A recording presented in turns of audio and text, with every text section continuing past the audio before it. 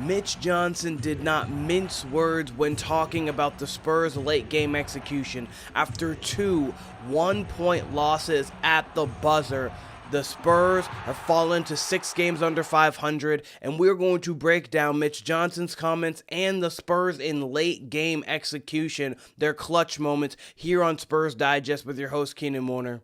And if you guys haven't yet, make sure you guys take a spur of the moment to get every Spurs moment so you don't miss all the great content that we have coming for you daily. But the San Antonio Spurs, Mitch Johnson's blunt takeaway from the Spurs' second straight loss at the buzzer.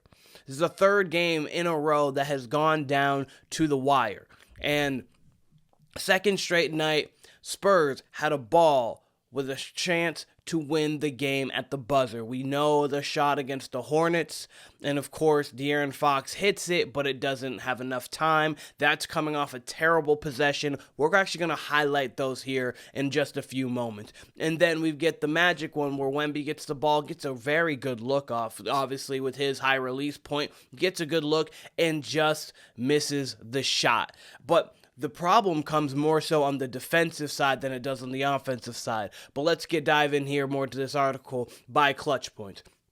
Second straight night, Johnson's team failed to capitalize. The Silver and Black blew a 6-point lead in the final 3 minutes, and Victor Wembanyama missed a shot at the buzzer for a 112-111 loss to the Orlando Magic. Each of the last 3 Spurs contests have gone down to the last possession. Probably not coincidentally, they coincide with De'Aaron Fox's first 3 games with the team.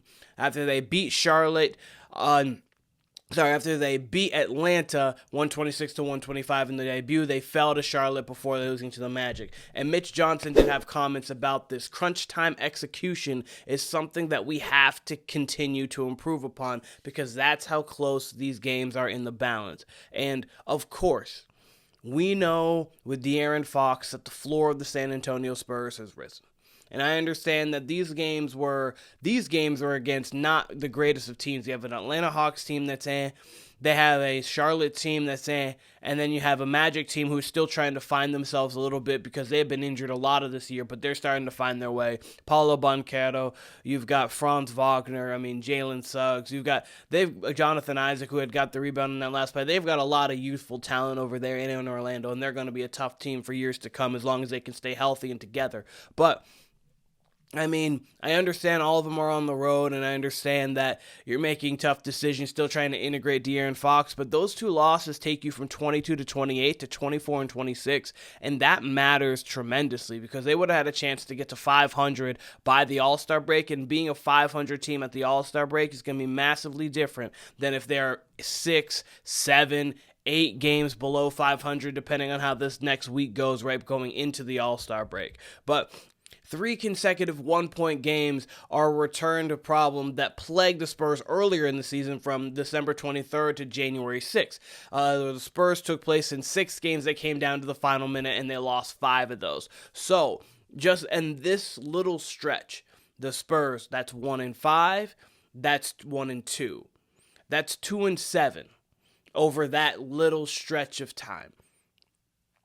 If they're 7-2, they're above 500 right now. And of course, obviously, if this happened. But these are all games where you compete until the last moment, and then it's just the late game execution that we thought with Fox was going to get better. Essentially, they won one because Fox made a couple plays down the stretch, and then obviously Wemby did. They lost one with Fox making plays down the stretch, and then he just literally needed 0.6 more seconds. And then they obviously lost with Wemby missing a shot.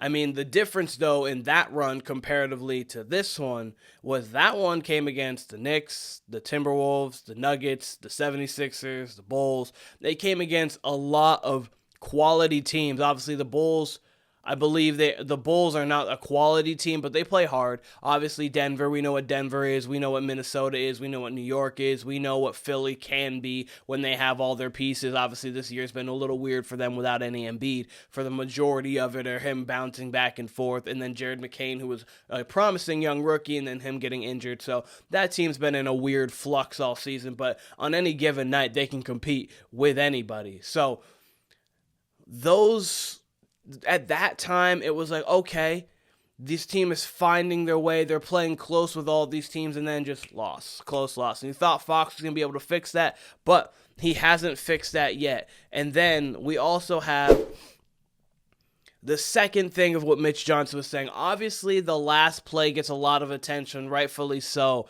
when it gets stops like that at the end of the game, but give them extra possessions, it's tough.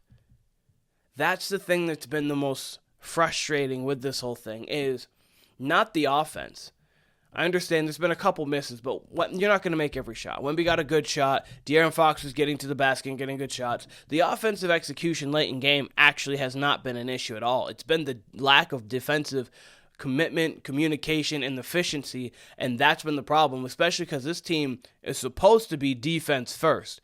You've got the best defensive player in the league in Victor Wembanyama. You've got a very good defensive guard in De'Aaron Fox. That Wemby was happy he could play both ways. Vassell can be touch and go, but Jeremy Sochan, his best attribute is being a defender. And obviously Stephon Castle, he came into the year being his best attribute being defense. He still is. That's probably still his best asset. If not, he's getting downhill now because he's really.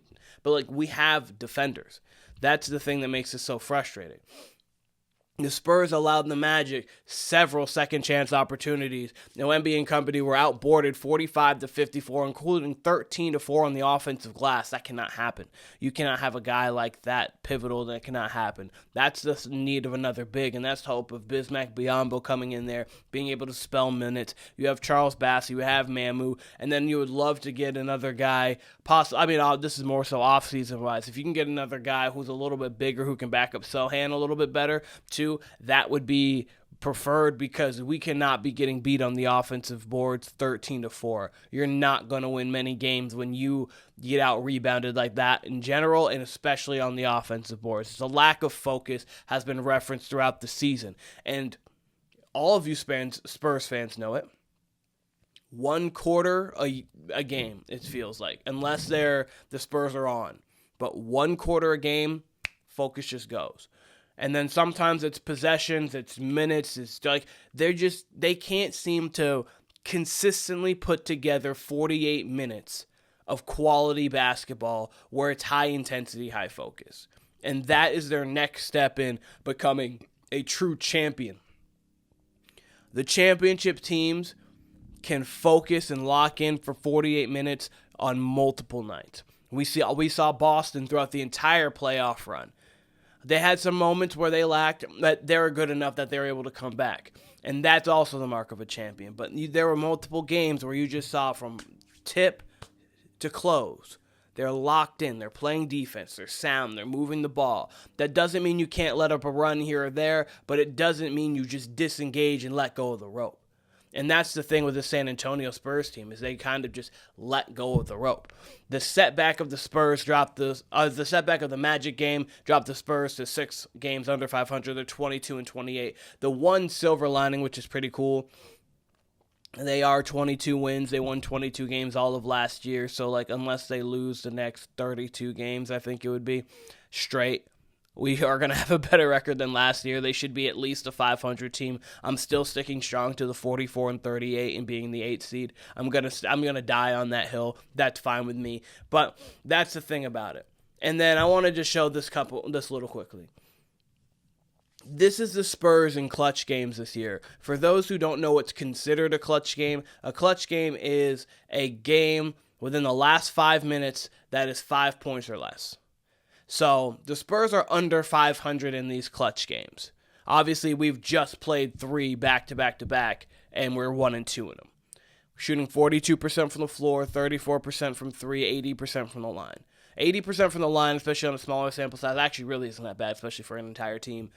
34% from 3. Not the worst in the world, but it's not good. It's not great. I'm not going to even lie. It's not that great. And then 42% from the floor. So the efficiency is not there, but you expect that to be in late game, in late clutch kind of moments like that. But we go to this.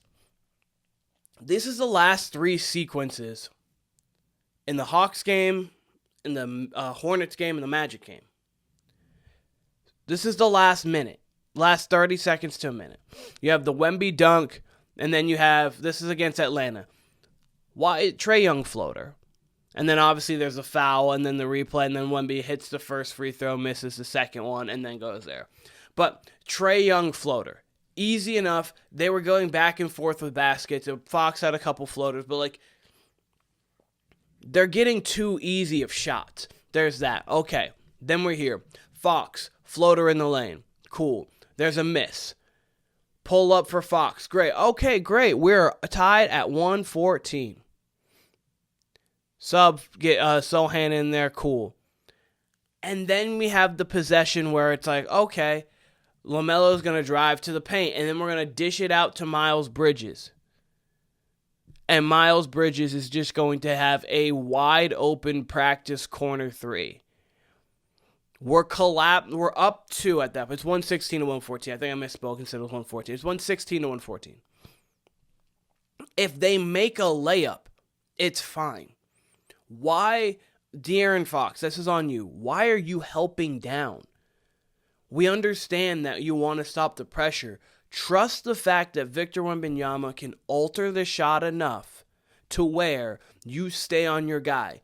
And again, it is a 2-point game. The worst that's going to happen, unless it's an and one, but the worst realistically that's going to happen is he's fouled and goes to the line for 2 shots to tie the game, or he makes a layup off a nice float or whatever, and we still get the ball with a chance to go and get another bucket. And then we have, last but not least, we have the game against the Magic. You have Wemby making a shot. Okay, cool. Banchero misses. Loose ball, turnover. Can't happen. Obviously, steal comes down. Then Banchero again, an easy jumper. It's like we just can't stop these teams from scoring late.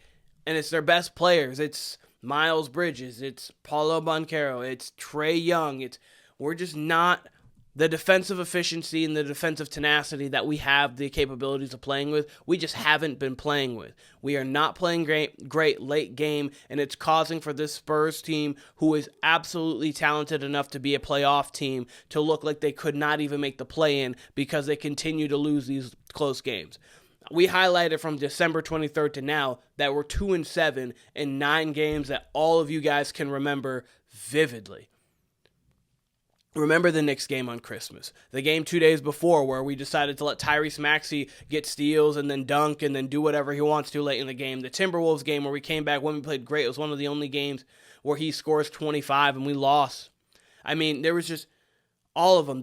Both Nuggets game, obviously the OT game, and then obviously the one, it's just, there's too much here of not late game execution, and Mitch Johnson, everything that he said about it is correct, and hopefully they could turn the tides today against Washington. Let's hope it's not even a close game against Washington. They just blow them out, and then we pray and we hope. I think we have Boston next. I think Boston's the next game, and then it's the break.